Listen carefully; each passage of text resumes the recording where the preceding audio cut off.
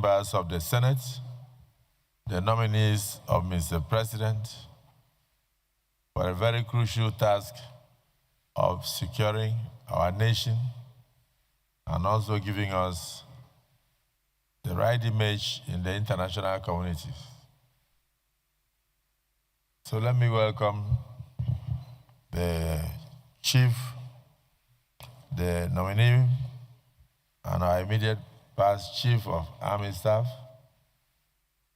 and all those accompanying him to the chambers. I have seen the special advisor to Mr. President on Senate matters, Mr. Senator Lado.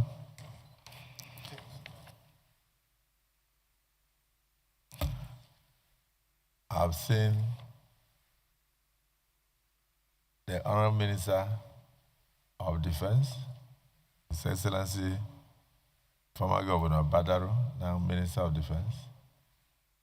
I've seen the Chief of Defense Intelligence and himself, a great Malawite. Action. I have seen from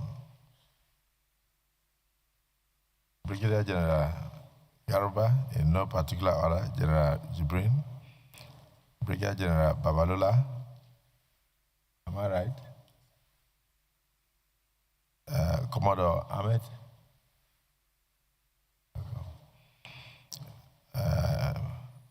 Navy Captain Yabo,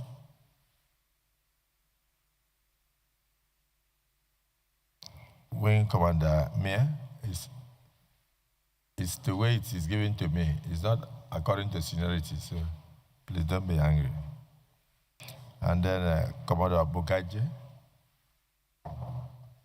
And then we have Air Vice Marshal Oremuzu. We have Air Vice Marshal Burkar. We have Air Vice Marshal Adekoya. We have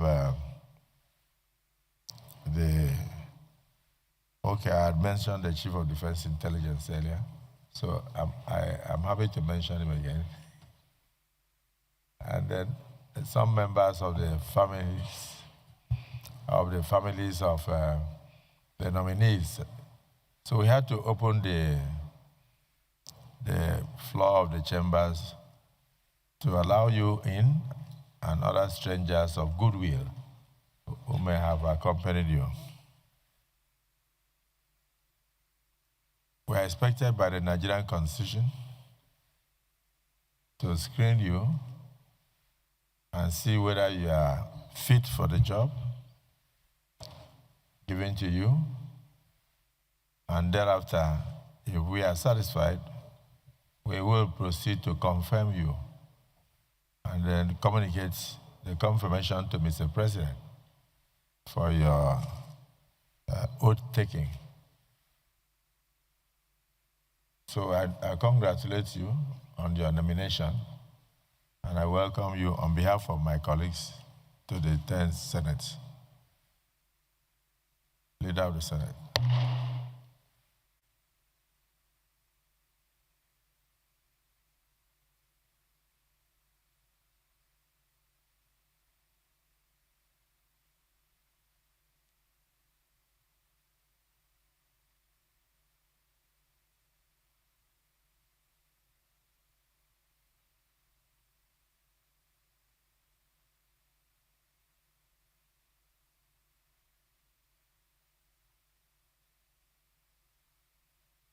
Amongst which are Economic Committee of West African States Monitoring Group, ECOMOG for short, in Liberia, Operation Harmony 4 in Bakassi, and Operation Lafia Dole, and later Operation Adikai in the northeastern part of Nigeria.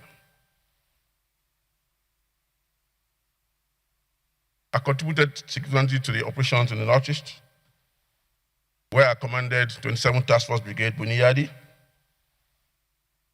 And based on that, I was elevated to be the sector commander at Headquarters Sector 2, Operation Adinkai, where I commanded several successful operations that neutralized key Boko Haram members and several foot soldiers. I was also the General Officer commanding 6th Division of the Nigerian Army, where I commanded units and formations in 4 different states of Akwa Ibom, Bayelsa, Rivers, and Delta State.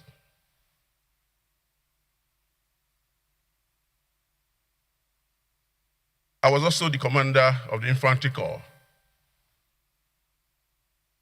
which meant that I commanded 60% of the army before I was appointed as the acting chief of army staff on 30th October 2024, owing to the demise of the past chief of army staff, late Lieutenant General Lagbaja, by His Excellency, the President of Nigeria, Bola Ahmed Tinubu.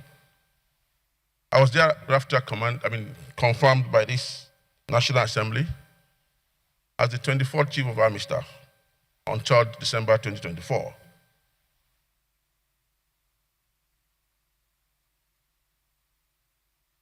In recognition of my contributions over time, I have been conferred with several military honors and medals, which include Grand Service Star and the Nigerian Army Medal, which is meant only for Chief of Army Staff. I also earned Training Support Medal, Field Command Medal, and Field Command Medal of Honor. I also earned the General Officer's Medal and ECOMOG Medal. I'm also a proud recipient of the Chief of Army Staff Award twice. I believe all these earned me the privilege of commanding the Nigerian Army as the 24th Chief of Army Staff.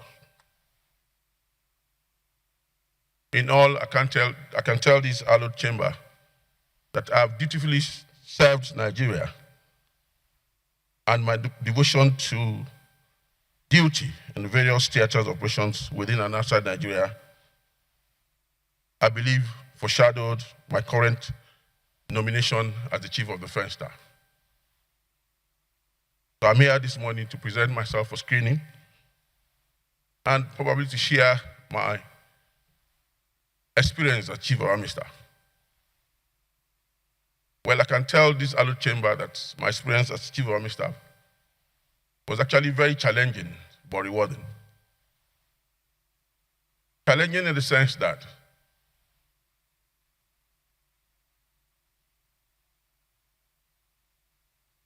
being a service chief in Nigeria, it's something that requires courage, extreme dedication, and commitment. And that means you have to submit yourself totally to not sleeping, to not having any time of yours, and doing everything under duress to make Nigeria safer.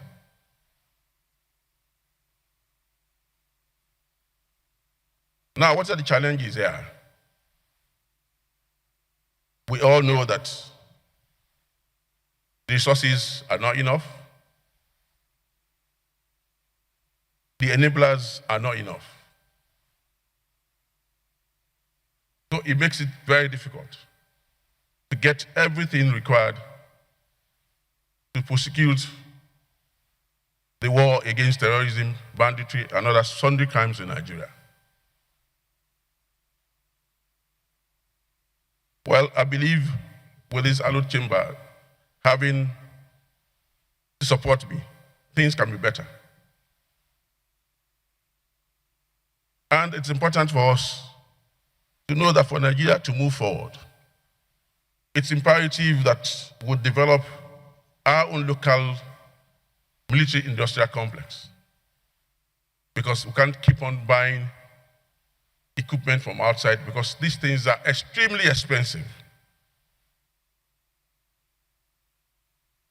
So it's incumbent on the country to develop its own capacity to produce the required equipment to prosecute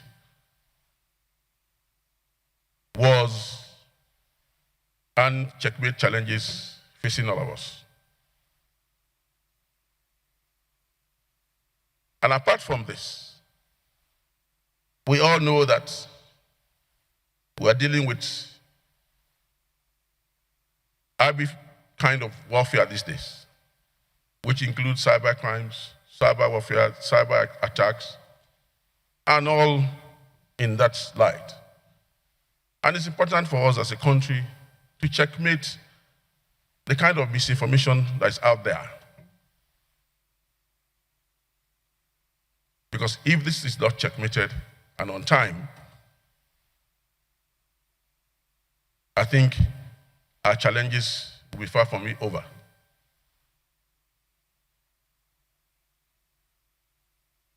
Then, as Chief of Army Staff, I made it a point of duty to improve the welfare and well-being of my soldiers and their families. But again, despite that aspiration, it became difficult to achieve in total because of lack of resources. It's very easy for people to say that soldiers being a soldier is just like any other job. But I want to tell this hallowed chamber with all due respect that there's something special in being a soldier. Because as a soldier, what it entails is that you have sacrificed your entire life for others to live. And for you to be a soldier, there's some element of madness. What do I mean by this? For a right-thinking fellow, when there's danger, you are expected to retreat. But for a soldier, you are expected to go forward and face that challenge. So a soldier is just not an ordinary person.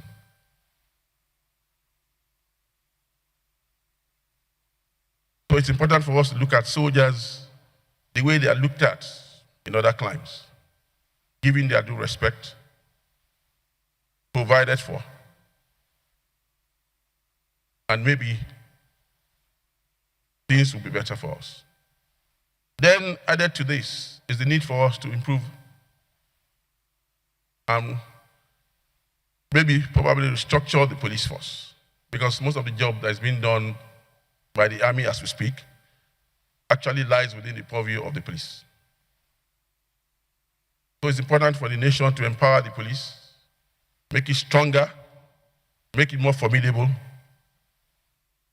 so that they can do their job while we concentrate on defending Nigeria against external aggression.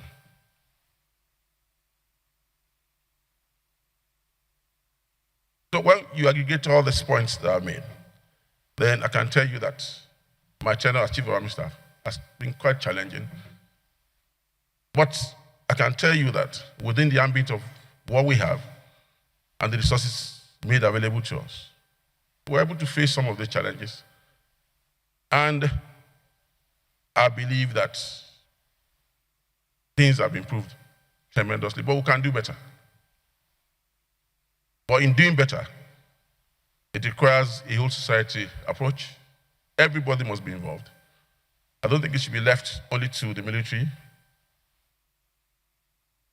to prosecute and face all these challenges. It's not going to work. It's important for all hands to be on deck to make Nigeria safer. That's my humble submission this afternoon. I thank you very much.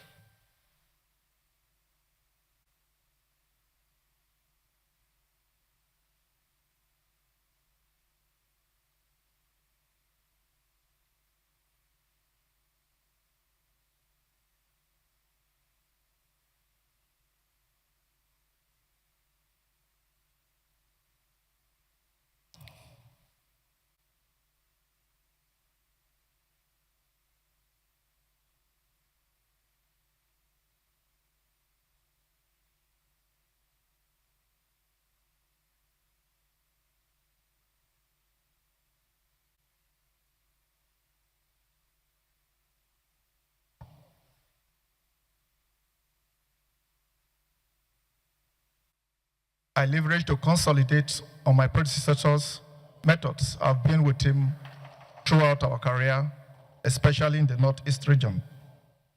For terrorism and insurgency, we intend to leverage on technology to improve our night fighting capability, effective training of special forces, to improve our insurction and strike capabilities across all terrains, both day and night. And we tend to dominate all terrains, ranging from mountain ranges, muddy terrains, and all land terrains in across our country, with effectively training additional special forces and special operation forces that we can insert for strike ability. We will leverage on intelligence to give us the requisite intelligence to deal with this issue, emphasizing synergy with all security agencies to the extent that we have effective multi-domain and multi-agency operations to tackle that threat. And I believe this will go a long way to stem those tides. What I will do is, already we have existing structures towards curbing maritime crimes. What we shall do is to look at what is currently existing, and what I intend to do is to further incorporate more of technology, that is the use of drones. We already have what we are doing. We are going on patrols. At times, some of these patrols don't really yield positive results because of the nature of some of the locations. Aside from that, resources are being wasted in fueling some of these boats to get to where these criminalities are happening but cannot proceed further. So what I intend to put in place to further enhance what we are doing now is the use of technology, and that is drones. As the Chief of the Air Staff, if confirmed, sir, my duties are very clear, direct, and they are, and simple.